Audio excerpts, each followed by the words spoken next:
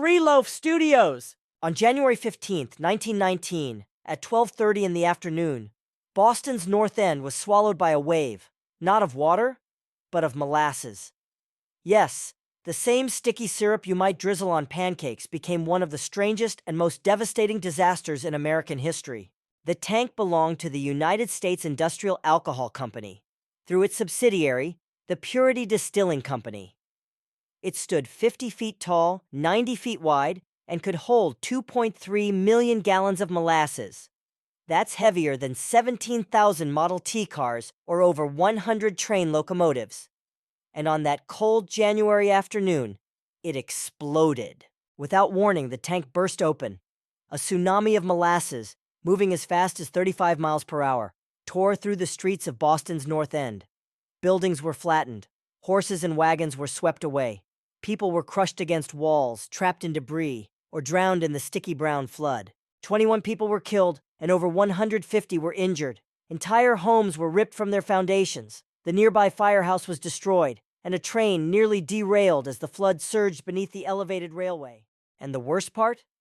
Molasses is 40% heavier than water. Once it hit, it clung to everything, to victims, rescuers, and even animals, like glue. As the temperature dropped that evening, the syrup hardened, making rescue efforts almost impossible. You might be wondering, why was Boston full of molasses in the first place? Well, molasses wasn't just for baking. In the early 1900s, it was big business. It was cheaper than sugar, could be distilled into alcohol, and it was at the heart of America's triangular trade. Ships carried molasses from the Caribbean to New England, where it was turned into rum that was traded for slaves, who were then sent back to the Caribbean to produce more molasses. So this sweet syrup had a dark and complicated history long before it ever flooded Boston. By 1919, Purity Distilling was using molasses to make industrial alcohol, not for drinking, but for explosives used during World War I. The company was racing to keep up with wartime demand and profit. The tank that failed was never properly tested before being used. It leaked from day one, so much so that nearby workers would joke about the constant sticky drips. But in 1919, building rules were loose. You needed a permit to build a structure, but not to build a receptacle like this tank. That meant corners could be cut. And they were. The steel plates were about 10% thinner than they should have been, the rivets were not reinforced, and the metal itself lacked manganese, making it more brittle. To make matters worse, the tank had just been filled to near capacity 2 days before the disaster. The warm molasses poured in over the cold layers already inside caused fermentation, which released carbon dioxide, creating pressure inside the tank like a ticking time bomb. When it finally burst, the result was catastrophic. The cleanup was, well, let's just say messy. Firefighters first tried washing the molasses away with water, which only made things worse.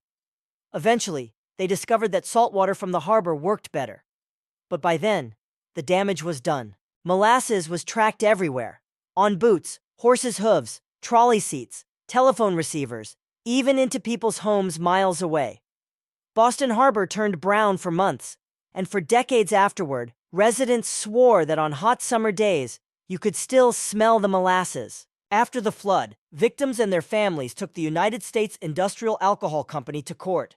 It became one of the longest civil cases in U.S. history at the time, lasting 300 days, with the verdict taking 6 years to finalize. The company tried to argue that anarchists had planted a bomb, but that theory didn't stick.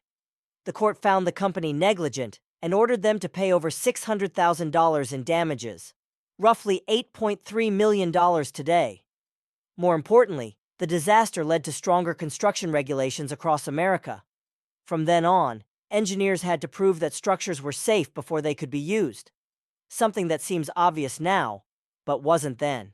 The Great Molasses Flood might sound like an odd historical footnote, something out of a cartoon, but for the people of Boston's North End, it was very real and very tragic.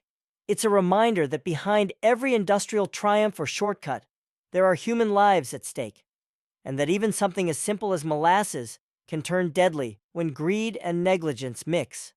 So next time you pour syrup on your pancakes, just be grateful it's not moving at 35 miles an hour. If you enjoyed this story, give it a like and subscribe for more strange chapters of history you probably never learned about in school.